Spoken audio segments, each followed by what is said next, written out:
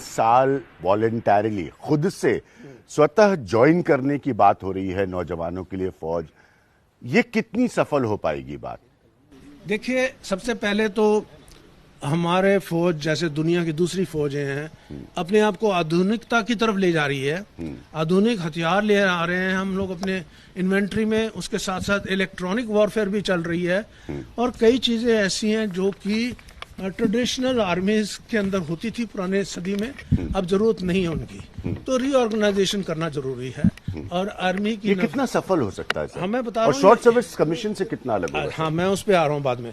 तो पहली बात तो है हमारी डिफेंस बजट अभी इस साल जीडीपी के हिसाब से थोड़ी कम की गई है, 2.1% है।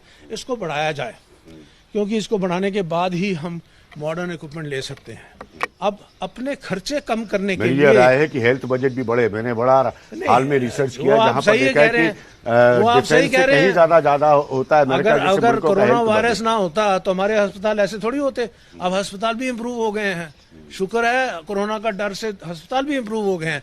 अच्छा, आप कह रहे हैं जो ये शॉर्ट सर्विस, हमने कहा हमारे खर्चे पेंशन के बहुत ज्यादा हैं। आप समझ सकते हैं 1/3 हमारी जो बजट डिफेंस बजट है वो पेंशन के लिए चली जाती है। तो बेसिकली लोग ये नहीं आरोप लगाएंगे कि फिर ये तो फौज जो है नौजवानों को इसलिए लेना चाहती है क्योंकि उसको पैसे का लाभ कमाना है? देखिए, 2 चीजें होंगी। एक तो हमने करना ही है कि डिफेंस का जो एक्सपेंडिचर है उसको कम किया जाए और अगर जो सिनर्जी है तीनों आर्मी, नेवी, एयरफोर्स में उसमें बढ़ाई जाए, जिससे कि कई चीजें ओवरलैप होती हैं और उनकी प्रायोरिटीज भी लेकिन कोई 3 साल के लिए काम करने के बाद कोई जॉब, हालांकि कॉर्पोरेट आगे आ रहे हैं, जॉब की कोई गारंटी नहीं है 3 साल। उसके बारे में मैं कहूंगा। हाँ। कुछ देशों में ऐसा उपाय है। तो मैंने सुना चीन के भी सिपाही जो हैं 4 साल के बाद बड़े हैं जो वॉलंटियर नहीं करते, वो वापस यूनिवर्सिटी में चले जाते हैं। तो उनकी भी आर्मी ऐसी है, लेकिन हमारी आर्मी इसलिए उनसे ज्यादा सक्षम है कि हमारे वॉलंटियर पूरी लाइफ सर्विस आर्मी में करते हैं, उनका एक्सपीरियंस बहुत होता है। चीन के जो सोल्जर्स हैं वो इतने एक्सपीरियंस नहीं है और वो 3-4 साल करके कहीं तो छोड़ के चले जाते हैं। अच्छा, अब हम चाहते हैं कि इस स्कीम के अंदर अभी ये प्रपोजल चल रहा है, डिस्कस हो रहा है, अभी इम्प्लीमेंट नहीं हो रहा, मैंने चेक किया। तो इसमें हम नौजवानों को लेंगे और युवतियों को भी लेंगे जो कि फौज में इंटरेस्ट रखते हैं। उससे क्या होगा, देश में कोई पॉलिटिशियन बन जाता है, कोई डॉक्टर बन जाता है, कोई इंजीनियर बन जाता है, साइंटिस्ट, उनको फौज का कुछ तो तजर्बा हो जाता है, बॉर्डर का कुछ तो तजर्बा हो जाता है। तो कहने का यही मतलब है कि हम अपनी फौज में यूथ को एक चांस दे रहे हैं जो कि चाहते हैं, इच्छुक हैं कि हम मिलिट्री यूनिफॉर्म पहने, हम देश की सेवा करें। लेकिन शॉर्ट सर्विस कमीशन से फिर ये कैसे अलग हुआ? हाँ, एक तो समझ में आ गया कि पैसा इस पर 80 से 85 लाख रुपए का खर्च है, वो खर्च करोड़ों में होता है। शॉर्ट सर्विस के 60% तो रेगुलर बन जाते हैं, वो चांस इनको नहीं मिलेगा रेगुलर बनने का। अच्छी बात नहीं, क्योंकि मान लीजिए अगर इसमें से कोई रेगुलर बनना चाहे तो अच्छे वाले जो इसमें हैं, जो बनना चाहते हैं, हम उनको ले लेंगे। जो डेडवुड है, जो फिट नहीं है, 3 साल में परख लेंगे, तो उनको नहीं लेंगे। तो इसलिए हमारे ऊपर चॉइस है, लेकिन उनको ऑप्शन है, ये ऑप्शन उनके लिए बंद नहीं है। लेकिन पैसा कैसे बचाएंगे कि पैसा उनको पेंशन नहीं देना पड़ेगा,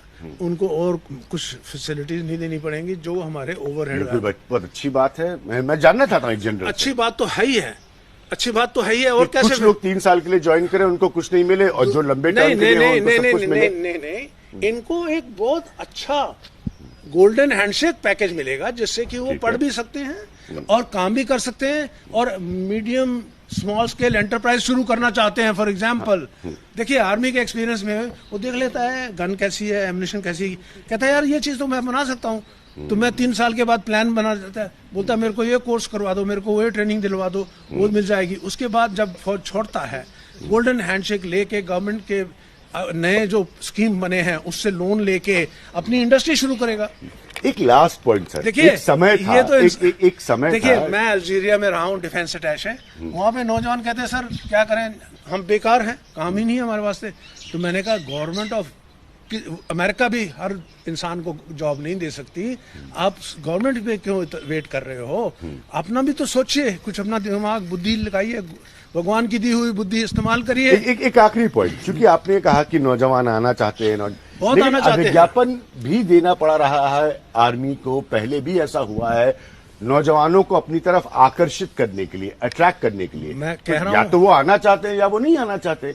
मैं क्यों एडवर्टाइज करना पड़ता है इंडियन आर्मी को कि कम जॉइन द इंडियन कि आर्मी? हिंदुस्तान में अगर कभी भी आप सर्वे लीजिए, इंडियन आर्मी को नंबर 1 जगह मिलती है, पहली पदवी इंडियन आर्मी आर्म फोर्सेस। लेकिन फिर भी उसको एडवर्टाइज करना पड़ता है कि लोग उसके साथ एडवर्टाइज भी तब करेंगे जब ये प्लान पूरा मैच्योर हो जाता है। पहले क्यों एडवर्टाइज करना पड़ा? पहले ये आइडिया फ्लोट किया गया।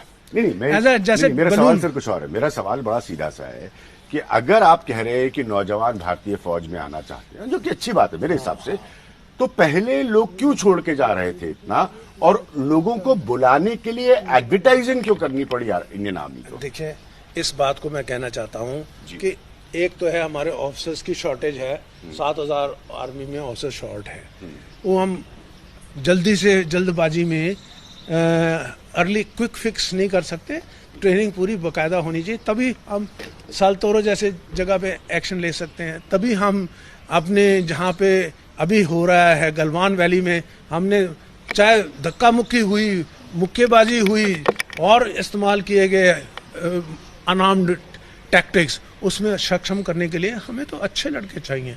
हमें तो वो चाहिए जो जान देने को तैयार हैं। इसलिए मैं समझता हूँ कि हमें कुछ तो उनके बारे में बताना है देशवासियों को। और मैं ये कहना चाहता हूँ कि देश में नौजवानों की कमी नहीं है।